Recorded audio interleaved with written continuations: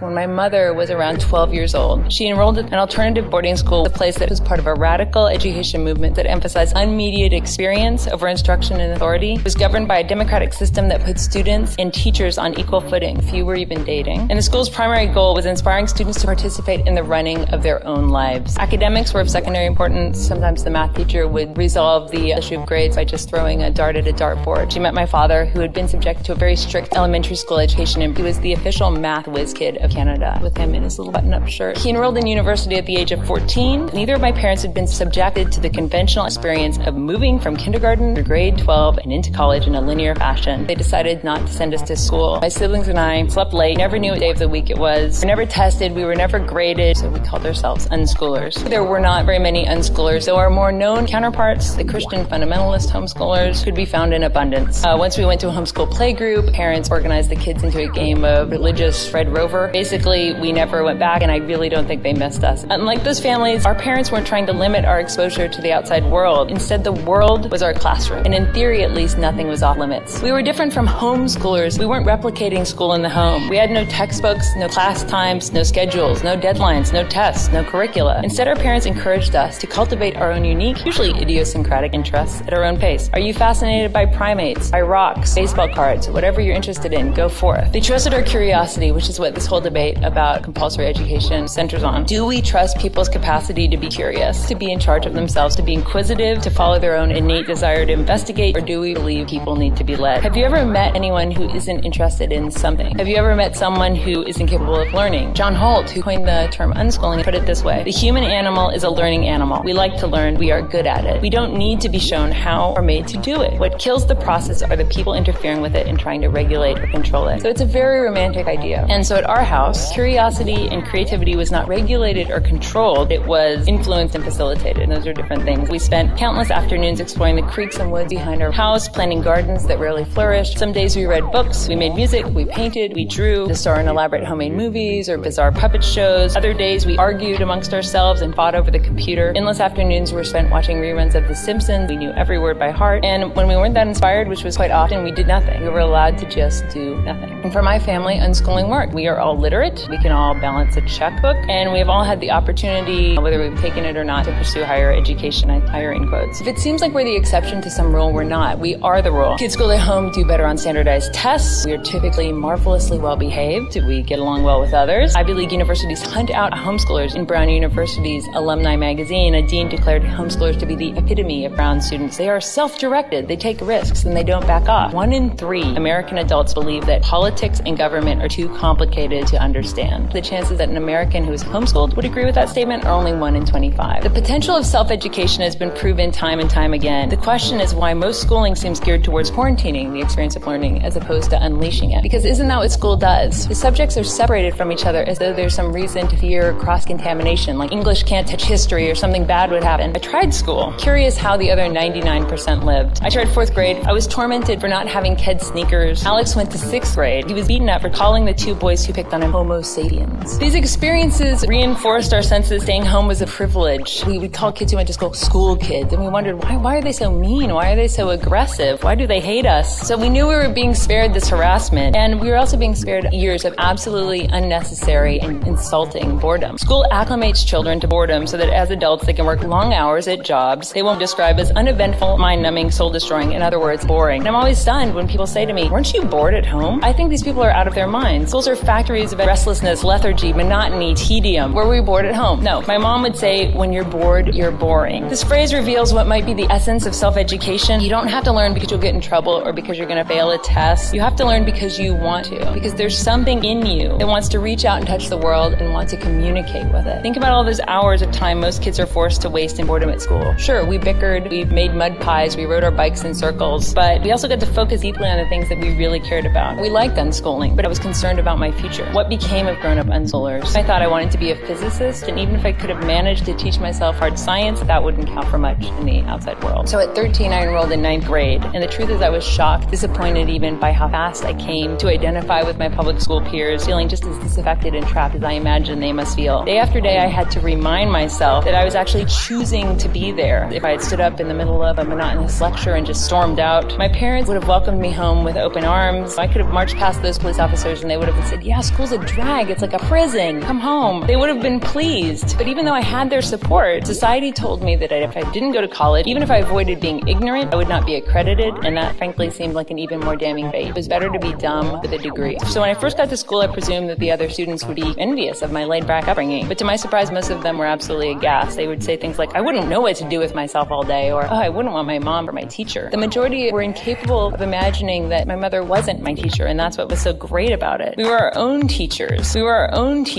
But there were some kids that really got it right away. And I realized that they were trying to cultivate in the school what we already had at home. These were the kids who failed classes not out of ignorance or indolence, but because of the sheer inanity of it. Public high school was a sociological experiment, an existential adjustment, an extended lesson in procedure, routine, convention. Never before had I asked permission to have a drink of water or go to the bathroom. Never did I have to feign activity and look busy when in fact I was bored and doing nothing important. The academics were a breeze. I was years ahead in math and science and English and history. I was behind in Spanish. But I confess there was a certain pleasure, in handing over my agency, in shifting from the ambiguity of unschooling, where there are no clear metrics for success, to the authoritarian structure of school, where I knew that I was doing well by the system's own strange logic. I got kudos daily, not for my brilliance or for my diligence. I began to see myself reflected in the marks I received, but not the nurturing intellectual community that I craved. I held out for life after graduation, convinced college would be different because that's what they tell you. And so by the time I was 16, I abandoned high school to enroll at the University of Georgia. And then the next year, I went to Brown University in Rhode Island. I was going to the most liberal school in the Ivy League, a place where everyone assured me I would belong. I realized my mistake the first day at Brown when the administrators assembled the entire freshman class in the auditorium. You are all the most smart and capable of your generation, they told us. This is the best place to be, and you are here because you are the best. And I knew that what they were saying wasn't true. I knew that we weren't the smartest or the best. And I had the suspicion that actually we were kind of the cowards of our class, that we were the grade mongers, the brown nosers, the play by the rulers, the approval seekers. We hustled for A's and submitted to the system, doing pointless assignments, building our resumes at the age of 16 and 17, and we were kind of too spineless to rock a boat. So as the semester progressed, I felt even more isolated from the outside world than I had in high school. I was complaining to a friend of my unhappiness. He asked why I was attached to the idea of getting a degree in physics. He said, why? It's not like you do science when you're not in school. His off-the-cuff remarks shook me to my core. He was right. I didn't really engage with the material on my own time. Was there anything I loved enough to pursue outside of that framework? Did I even know who I was or what I liked to think about anymore? Why had I felt compelled to enroll at an Ivy League school, to excel by the standards of compulsory education instead of making my own way? What was I afraid of? My parents thought Brown was a joke. They never seemed impressed. Years later, my dad said he was happy that I got over my silly Ivy League thing. Looking back, I must have somehow absorbed the skepticism of strangers who would sometimes come up to me in a very condescending way, go, can you count to 10? Do you know your alphabet? What I realized at Brown was that unschooling is a lifelong commitment. It's not a stepping stone to career or college. Unschooling is an ethos. I realized it was my duty to take back the reins of my own education, to get in touch with my inquisitive nature, to set my own standards for engagement and mastery. The difference between educating and credentialing is profound. And if we're talking about a basic high school or college degree, it's worth asking the question, what do academic credentials signify anyway? As I see it, they are a sign that a person can play by the rules and can be managed. John Taylor Gatto, the former New York State Teacher of the Year and taught in public high schools for 30 years, argues that it is not the potential of self-education that has yet to be demonstrated, but that its success has to be suppressed in the service of compulsory education's true purpose. To train young people not to think much at all, because that's what makes them good employees and good consumers. If that's a bit too conspiracy theory for you, please reconsider. Despite their democratic claims, our society's elites have long seen compulsory schooling as a mechanism to contain and control a potentially unruly citizenry. In 1909, Woodrow Wilson put it this way, we want one class of persons to have a liberal education, and we want another class of persons, a very much larger class, of necessity in every society, to forego the privileges of a liberal education and fit themselves to perform specific and difficult manual tasks. A half-century later, Sidney P. Marland, Commissioner Delegate of Education under Richard Nixon, said, we should view the future generations of learners in America as coming to maturity at a time when society may not require all their intellectual and developed capacities in the workforce. In other words, the economy doesn't need, nor does it have the space for an abundance of developed, self-possessed, thinking citizens. And such citizens are just trouble anyway. Men like Marland and Nixon consider the humanities, which foster critical thinking and political consciousness, a serious threat to social stability, economic productivity, and the status quo. They promoted vocational training and job preparation as the solution. The wisdom presented by writers like A.S. Neal, John Holt, John Taylor Gatto, and others is simple enough, that people need less schooling, not more. But today the answer is always more. More funding, more teachers, more textbooks, more discipline, more class time, more homework, more tests, more standards, more accountability, more authority, more preparation, education for menial and meaningless work. Since the 1960s, the school day and the academic year have lengthened considerably. The amount of homework assigned to a first grader has more than doubled since 1981. Parents buy baby Einstein programs. They fork over fortunes for private tutors. They hire professionals to coach their kids through the college application process. Schools, meanwhile, have become monumental warehouses holding thousands of students. They're monitored by security guards, by police. They're subjected to an ever-increasing number of standardized tests. To cope, people turn to chemicals. Ritalin, for example, is prescribed to millions of children. But in the 1960s, people believed the system was sick, but now it seems we think our children are. No wonder my parents wanted to help their kids escape from this absurd fate. I'm grateful to them, as you can probably tell. But now that I've sung unschooling's praises, I want to share some of my doubts about it. Jonathan Kozol makes a provocative case against progressive education becoming yet another exclusive realm of the privileged. An isolated, upper-class free school is a great deal too much like a sandbox for children of the SS guards at Auschwitz, he says with his usual panache. Kozol's contention is not that free schools or unschooling are bad, but that the very populations that are in need of these types of educational opportunities aren't getting access to them. This is a world where the children of an all-black school in St. Louis receive a public education worth $8,000 a year, while their white counterparts in Lake Forest receive $18,000. For many, practical concerns trump radical critique. Theoretical conversations about the psychic effect of compulsory schooling kind of seem spurious when the bottom line is it grows often race-based inequality. Others have argued that by sending children to private schools or keeping them at home, parents passively allowing public schools to fall into even greater disrepair in their absence. So what kind of individualism does unschooling promote? A sort of I've got mine mentality. My kids are safe at home being creative. Too bad for everybody else. Or is it an expressive individualism, one that empowers kids to trust themselves, their instincts, their personal learning style? And while I'm pointing out problems, how about gender issues? The people who actually do the unschooling, who stay at home with the kids, are more than often women. The fact is there are many ways that unschooling can reinforce social hierarchies, and these issues have to be discussed. These aren't easy issues to settle because we live in an imperfect world. In many ways, unschooling was a compromise, the more appealing of the only two extremes available to me. I could either stay at home and teach myself, or I could go to public school and have my spirit crushed. What I really wanted, and what I still want, is that intellectual community I was looking for in high school and college and never really found. I would have loved to commune with other young people and to study marine biology or number theory a couple afternoons a week, but for some reason such a possibility was unthinkable. Instead, the only option was to submit to a rational authority 8 hours a day, 5 days a week, in a series of cinder block holding cells. We should wonder why there's no middle ground. Often when I talk to people about these issues, they say, unschooling worked for you, but admit that it won't work for everyone. It implies that my family is exceptional, that we're gifted. So, okay, it's kind of a compliment. But on the other hand, it implies that most people are not gifted, and that they need to be guided, molded, tested, and inspected. John Taylor Gatto put it this way: after a long life and 30 years in public school trenches, I've concluded that genius is as common as dirt. We suppress our genius only because we haven't yet figured out how to manage a population of educated men and women. We shouldn't forget Wilson, Marland, and Nixon, powerful politicos who actually engineered academic curriculum to instill lowered expectations and a willingness to settle for less and the students exposed to it. The empowerment that comes from liberal education was something they wanted to reserve for elites like themselves. As someone who actually believes my family was exceptional only in our actions and not in some innate sense, as someone who actually believes genius is as common as dirt, I don't want to reinforce these elitist divisions even inadvertently. Unschooling fundamentally is driven by a profound trust in the human capacity to be curious. The challenge we face, and it's a difficult one, is finding a way to extend this trust,